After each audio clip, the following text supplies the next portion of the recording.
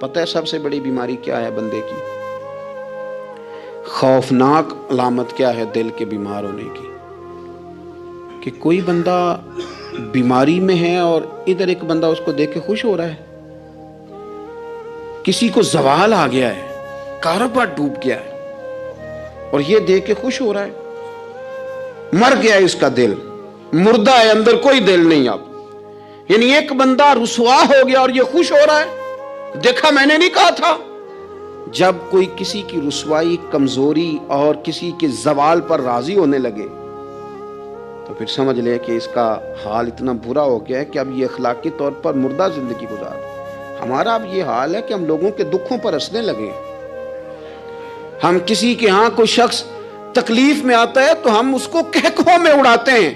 یارو زندہ قومیں یہ کام نہیں کرتی، زندہ قومیں یہ کام نہیں کرتی. میرے نبی پاک صلی اللہ علیہ وسلم نے فتح کے موقع پر بھی گردن کو جھکا کے بتایا کہ جب رب عروج دے تو پھر اللہ کی بارگاہ میں جھک جایا کرو. کسی شخص کے پتہ ہے ایک حدیث سنو، یہ مسلم شریف میں موجود ہے. حضور نے فرمایا ایک بندہ گناہ کرتا تھا، پھر اس نے توبہ کر لی. اگر کسی نے دوبارہ اسے وہ گناہ یاد کرایا کہ تو یوں ہوتا تھا، اگر کسی نے اسے دوبارہ گناہ یاد کرایا تو یاد کرانے والے کو اللہ سزا کے طور پر مرنے سے پہلے پہلے اس گناہ میں مبتلا کر دے گا. خفیہ تدبیر آئے گی اللہ. جس کو اللہ نے معاف کر دیا، زمین آسمان بھول گئے، فرشتوں کے دفتر سے اس کا گناہ محو کر دیا گیا، تو نے کیوں یاد رکھا؟ لیکن ہمارے دل اس طرح کے ہیں، خیر کی خبریں نہیں دیتے. ہم خیر کی خبر نہیں دیتے، مثبت بات نہیں کرتے. ہمارے رویے دوسروں کے بارے میں سخت ہیں.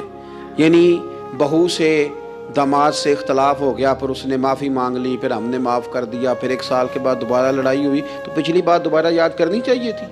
اس کی تو معافی دے دی تھی آپ نے، لیکن آپ نے پھر یاد کر لی وہ بات. اس کا مطلب ہے آپ نے صلح کی تھی، دل صاف نہیں کیا تھا. دل جب آپ صاف کر لیں تو پھر معاملہ ختم ہو گیا. پھر آپ پھر نکال پھینکے ساری چیزیں. مسند امام احمد بن حنبل میں حدیث ہے، حضرت انس بن مالک رضی اللہ تعالیٰ عنہ کہتے ہیں میں بھی بیٹھا تھا، حضرت عبداللہ ابن عمر رضی اللہ تعالیٰ عنہ بھی حضور کی بارگاہ میں بیٹھے تھے. نبی پاک صلی اللہ تعالیٰ علیہ وسلم نے فرمایا ابھی ایک شخص تمہارے پاس آنے والا ہے، تیاری کر لو، آنے والا جنتی ہے. کہتے ہیں ایک شخص اندر داخل ہوا تو سادہ سا بندہ، داڑھی سے پانی کے قطرے گر رہے، جوتے ہاتھ میں پکڑے یا بغل میں دبائے، وہ آ گیا، حضور سے بات چیت کی، چلا گیا. ہم بڑے خوش تھے کہ کمال نہیں ہو گیا جس کو حضور نے دنیا میں جنت کی بشارت عطا کر دی. اگلے دن اس نے اتفاق، ہم اسی جگہ اسی حال میں بیٹھے تھے کہ پھر محبوب نے فرمایا ابھی ایک بندہ آنے لگا، جنتی ہے. کہتے ہیں وہ بندہ آیا تو دیکھ کے حیران ہو گئے، یہ تو وہی کل والا ہی بندہ ہے. اسی طرح داڑھی سے پانی کے قطرے گر رہے ہیں، جوتے اس کی بغل میں آ کے بیٹھ گیا. تیسرے دن اللہ کی قدرت ہم وہیں بیٹھے تھے، پھر حضور نے فرمایا بندہ آنے لگا، زیارت کر لو، تیاری کر لو، بندہ جنتی ہے. وہی بندہ آیا جو پہلے 2 دن آیا تھا. حضرت عبداللہ ابن عمر کہتے ہیں کہ وہ حضور سے کوئی بات چیت کر کے جانے لگا تو میں اس کے پیچھے ہو گیا.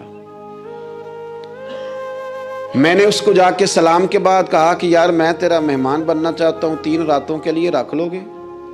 اب محلہ بھی ایک، شہر بھی ایک. اس نے کہا جی ٹھیک ہے، آ جائیں، جو میرے پاس روکھا سوکھا ہوگا پیش کر دوں گا. فرماتے ہیں 3 راتیں 3 دن میں اس کے پاس رہا. میں جاننا چاہتا تھا کہ کون سی ایسی عبادت کرتا ہے جس کی وجہ سے 3 دن حضور نے جنت کی بشارت اس کے لیے دی، اعلان فرمایا. کہتے ہیں میں نے کوئی غیر معمولی چیز نہیں اس کے اندر دیکھی، کوئی انوکھی عبادت نہیں دیکھی. عشاء پڑھتا، فجر تک سویا رہتا، میں تہجد کے وقت اٹھتا، نفل پڑھتا.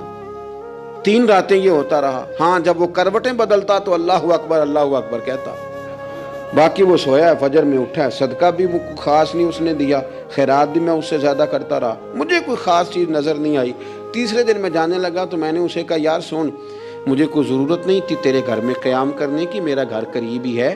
وہ تو کمال یہ ہے کہ نبی کریم علیہ السلام نے اپنی زبان فیض ترجمان سے، یعنی وہ زبان جس کو سب کن کی کنجی کہیں، اس کی نافذ حکومت پہ لاکھوں سلام. حضور نے 3 دن تجھے مسلسل جنتی کہا ہے. میں تو دیکھنے آیا تھا کہ تیرے اندر کوئی عمل ہو تو میں بھی وہ شروع کروں. تو وہ کہنے لگا یہی ہے جو آپ نے دیکھ لیا ہے، فرض نماز ہی پڑھتا ہوں، روٹین کے کام ہی کرتا ہوں، کوئی خاص چیز تو میرے پاس کوئی نہیں۔ حضرت عبداللہ ابن عمر فرماتے ہیں میں نے تو سمجھا کہ میں تو اس سے زیادہ خیر کے کام کرتا ہوں۔ اب میں سوچتا ہوا وہاں سے نکلنے لگا کہ پھر کیا خاص بات ہے جو نبی پاک نے 3 دفعہ اسے جنتی کہا ہے۔ جب میں نکلنے لگا نا، دروازے پہ مڑنے لگا تو اس نے آواز دی، کہا یار سنو، ایک بات یاد آئی ہے۔ میں نے کہا وہ کون سی؟ کہنے لگا یار جب سے بالغ ہوا ہوں نا، جب سے اللہ نے توفیق اسلام دی ہے، میں نے جب بھی اپنا دل دیکھا ہے نا، جب بھی میرے دل میں کسی کے لیے حسد کوئی نہیں، کوئی عداوت نہیں، کوئی بغض نہیں، کوئی کینہ نہیں، کوئی کیا کر رہا ہے، میرے دل میں سب کے لیے خیر ہی ہے، دل میرا صاف ہے، اس کے علاوہ نہیں مجھے پتا کیا عمل ہے۔ حضرت عبداللہ بن عمر کہتے ہیں پھر مجھے سمجھ آ گئی ہے، یہ جو تیرے دل کی صفائی ہے نا، یہ بنیاد بن گئی ہے جس کی بنیاد پر نبی پاک نے تجھے 3 دفعہ جنت کی بشارت عطا فرمائی ہے۔ دل، آپ دل میں میل کچیل رکھ کے نفل پڑھنا، عبادتیں کرنا، ریاضتیں کرنا، صدقات دینا زیادہ نفع بخش نہیں ہوتا۔ دل صاف ہونا تو تھوڑی عبادت بھی کام آ جاتی ہے۔ یہ حدیث بتاتی ہے کہ دل صاف ہو تو تھوڑے صدقے بھی زیادہ نفع کر جاتے ہیں۔ دل پر توجہ دیں۔ سب سے ضروری کام ہے کہ ہم سویرے اٹھ کے اپنے دل سے پوچھیں کہ تیرا لوگوں کے بارے میں خیال کیا ہے، شام کو پوچھیں کہ تیرا لوگوں کے بارے میں رویہ کیا ہے۔ آپ اپنے دل لوگوں کے لیے صاف کر دیں، اس میں خیر پیدا کر لیں، تو پھر آپ محسوس کریں گے طبیعت ہلکی پھلکی بھی ہے، حشاش بشاش بھی ہے، ٹھنڈی بھی ہے، اور پھر اس میں اللہ رسول کی محبت کے جلوے بھی ہیں۔ پھر یہ خیر کی طرف ہمیں بلا رہی ہے۔ اللہ تبارک و تعالیٰ توفیق عمل عطا فرمائے۔